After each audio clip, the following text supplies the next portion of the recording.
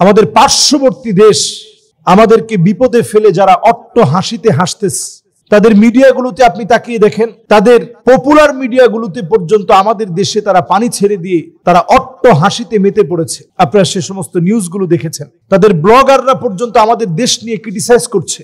তাদের এই মেতে ওঠা ভয়াবহতার দিকে নিয়ে যাবে, ছাত্র জনতার এই গণ অভ্যুত্থান, গণবিপ্লবের দিকে নিয়ে যাবে। আজকে কথায় কথায় যারা চেতনার ধ্বজাধারী ছিল, তারা কথায় কথায় আমাদেরকে বলতো যে প্রয়োজনে পাকিস্তানে চলে যাও। আজকে সেই মানুষগুলো বরং আমাদের পক্ষে দাঁড়িয়েছে। তারা বলছে আমি কে, তুমি কে, বাংলাদেশ বাংলাদেশ।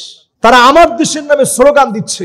আর সেখানে ভারতের মিডিয়া, ভারতের চ্যানেল, ভারতের ব্লগার, সামান্য সামান্য পেজ থেকে পর্যন্ত আমরা দেখেছি আমাদের দেশের এই বন্যার্থ মানুষকে নিয়ে ক্রিটিসাইজ করছে। এটা আমার দেশ। আমার পরিষ্কার মনে আছে, আমি তখন আল আজহার বিশ্ববিদ্যালয়ে পড়ি। একদিন খাবার আনতে যাচ্ছি, দুপুরের খাবার খেয়ে আসার সময় হাতে করে খাবার নিয়ে আসা যায়। ভালো ভালো কিছু খাবার রাতের জন্য তারা দিয়ে দেয়, রাতে সেই খাবার খেতে হবে। আমি খাবার নিয়ে আসতেছি, সেই সময় আমার দেশের সংবাদ দেখানো হচ্ছে যে আমার দেশে বন্যায় মানুষ কবলিত হয়েছে, প্লাবিত হয়েছে বন্যায়। সোমালিয়ার একজন ভাই এসে যখন আমার বলল, দেখো তোমার দেশের কি হালত, আমি শুধু এক নজর ওই দৃশ্যের দিকে তাকিয়ে আমার চোখ দিয়ে অঝর ধারায় পানি ঝরছিল। দেশের মায়ায় আমি সিক্ত হচ্ছিলাম। আমি গতকালকেও লক্ষ্য করেছি, প্রবাস থেকে ভাইয়েরা চিৎকার করে কাঁদতেছে, বলতেছে হেলিকপ্টার লাগলে সব খরচ আমরা দিব, তারপরেও আমাদের আত্মীয় স্বজনকে রক্ষা করেন, আমাদের আত্মীয় স্বজনকে হেফাজত করেন। আজকে যখন এইভাবে করে স্বজন হারানোর বেদনায় মানুষ কাঁদতেছে, এটাকে তারা হাসির খোরাক হিসাবে নিচ্ছে। তাদের ভিতরে মানবতা বোধ এতটাই কম। আজকে চিন্তা করেন, যাদেরকে আমরা বন্ধু জেনেছি, যখন আমাদের দেশের পেঁয়াজের প্রয়োজন তখন তারা পেঁয়াজকে আটকে দেয়। আমাদের দেশে যখন পানির প্রয়োজন তখন তারা পানি দেয় না। শুষ্ক মৌসুমে আমাদের জমিগুলো তখন যেন ভালো ফসল দিতে না পারে, তারা আমাদের দেশকে ভাতে পানিতে মারতে চায়। আমাদের দেশ যেন অনুর্বর থাকে, এই প্ল্যান করে তারা দিনের পর দিন চক্রান্ত চালিয়ে যাচ্ছে। ওয়া মাকারু ওয়া মাকারাল্লাহ ওয়াল্লাহু খায়রুল মাকিরিন। চক্রান্তকারীরা চক্রান্ত করবে, আল্লাহ রাব্বুল আলামিন বিজয় দিবেন। এবং প্রতিনিয়তই আল্লাহ তাআলা জবাব দিচ্ছেন, ওয়াল্লাহু খায়রুল মাকিরিন। আল্লাহ সবচেয়ে উত্তম পরিকল্পনাকারী। তারা যত চেষ্টা করবে আমাদেরকে ধ্বংস করার জন্য, আল্লাহ তাআলা আমাদের দেশকে আরো উন্নত করে দিবেন। আজকে আমাদের দেশের সবচেয়ে বড় একটা অভাব ছিল, ভালো একজন শাসক আমাদের দেশে ছিল না।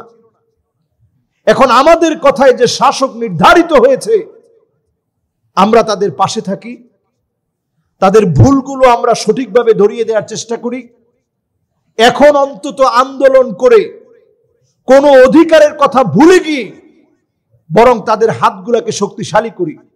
ভারতের হাই কমিশনকে ডেকে এনেছে বর্তমান যারা দায়িত্বে আছে, অন্তর্বর্তীকালীন সরকার, তারা ডেকে আনছে জবাবদিহিতার জন্য, যে কেন না বলে আপনারা পানি ছেড়ে দিয়েছেন। কাজেই এই সময়টা তারা উস্কানি দিবে, আমরা তাদের উস্কানিতে আমরা জবাব দিতে যাব না, বরং আমরা পাল্টা আমাদের দেশের উন্নয়নে আমরা চেষ্টা করব। তারা আমাদের বিরুদ্ধে অনেক কিছু বলবে, আমরা সেগুলো নিয়ে ব্লগ তৈরি না করে, ভিডিওর মাধ্যমে প্রতিবাদ না করে, বরং আমরা আমাদের হাতকে শক্তিশালী করি। অন্তত এই সময়ে বন্যার্থ মানুষের পাশে দাঁড়াই, এটাকে কাটিয়ে ওঠার চেষ্টা করি। সময় আমাদেরকে বলে দিবে আগামীর বিজয় বিপ্লব, সারা পৃথিবীতে মুসলমানদের বিজয় বিপ্লব। ওই যে আরব বসন্তের মধ্য দিয়ে শুরু হয়েছে, আমাদের দেশেও আমরা একটা বিজয় পেয়েছি। পাকিস্তান অলরেডি বিজয়ের দ্বার প্রান্তে, ভারতেও তাদের ভিতরে শুরু হয়ে যাবে। ওই দামামা বেজে উঠলে তারা আর আটকাতে পারবে না। আমরা এই জন্য আল্লাহ রাব্বুল আলামিনের কাছে সবর করি, আমাদের দেশের মানুষের পাশে থাকি। এই সময়ে মানুষের জন্য অন্তত আমরা সাহায্যের হাত বাড়িয়ে দিই। বন্যার্থ মানুষের এখন সবচেয়ে বেশি যে প্রয়োজন, আমরা ছোট্ট এক কথায় যদি বলি, তাহলে বন্যার্থ মানুষের এখন অর্থনৈতিক সহযোগিতা এটা সবচেয়ে বেশি প্রয়োজন। আমাদের দেশের রাস্তাঘাট সহ ঘরবাড়ি যা ভেঙে চুরমার হয়ে গেছে, পানির আঘাতে যা ঢেউয়ে ঢেউয়ে যা ক্ষতিগ্রস্ত হয়েছে, অর্থনৈতিক সহযোগিতা প্রয়োজন। এবং বন্যার্থ মানুষের জন্য এখন যেটি সবচেয়ে বেশি প্রয়োজন, রেইনকোট। প্রচন্ড বৃষ্টি এখনো হচ্ছে, রেইনকোটের প্রয়োজন এবং উদ্ধার কাজের জন্য এটা প্রয়োজন। বন্যার্থ মানুষের জন্য প্রয়োজন ছাতা, টর্চ লাইট, রান্না করা খাবার, শুকনো খাবার, এবং তাদের উদ্ধার কার্যের জন্য প্রয়োজন স্পিড বোট। কারণ আমরা জানি যে পুরো ফেনী শহরটাতে এত বেশি অলিগালা এবং রাস্তাঘাট রয়েছে যেখানে স্পিড বোট ছাড়া অন্য কোনো উপায়ে তাদেরকে এখন রেস্কিউ করা অথবা উদ্ধার কাজ সম্পন্ন করা এটা সহজ না। এই জন্য স্পিড বোটটা খুব বেশি প্রয়োজন।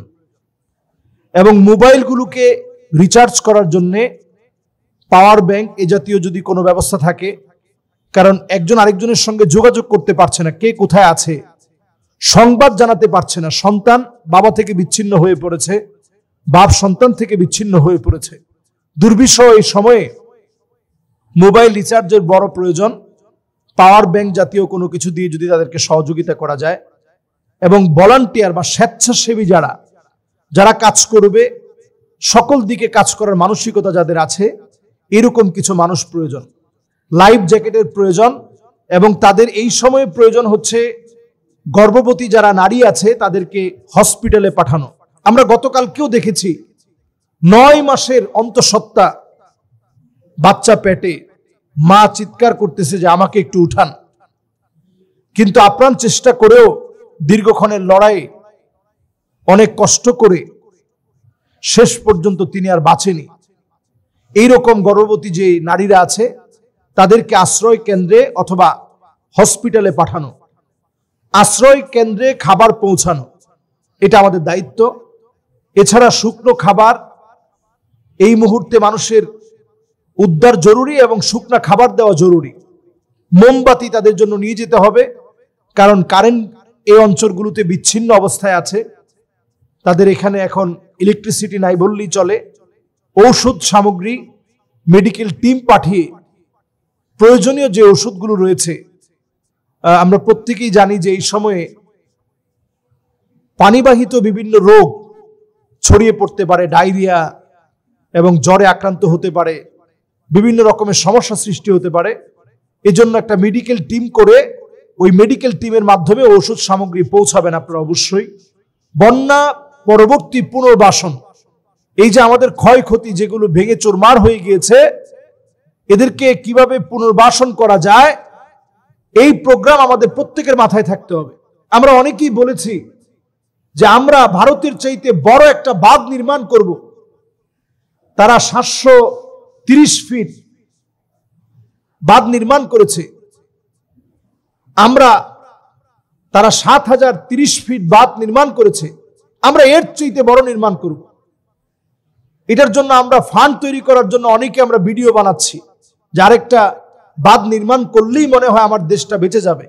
আসলে বিষয়টা কিন্তু এমন না। পানি কখনো পিছনের দিকে যায় না, পানি তার গতির দিকে এগোতে থাকে। প্রত্যেকটা বস্তুরই সমান এবং বিপরীত প্রতিক্রিয়া রয়েছে। পানির প্রতিক্রিয়াটা এমন, সেটা সামনের দিকে এগিয়ে গিয়ে চূর্ণ বিচূর্ণ করে দেয়। আমরা যদি 7050 ফিট উঁচুও যদি 40 কিলোমিটার দূরে যদি বাঁধ নির্মাণ করি, তারপরেও এই পানি কিন্তু পিছনের দিকে যাবে না, বরং এটা সামনের দিকে যাবে, বাঁধকে ভেঙে ফেলবে। পানি এটা অত্যন্ত শক্তিশালী আল্লাহর এক মাখলুক, সামনের বাঁধটাকে ভেঙে ফেলবে।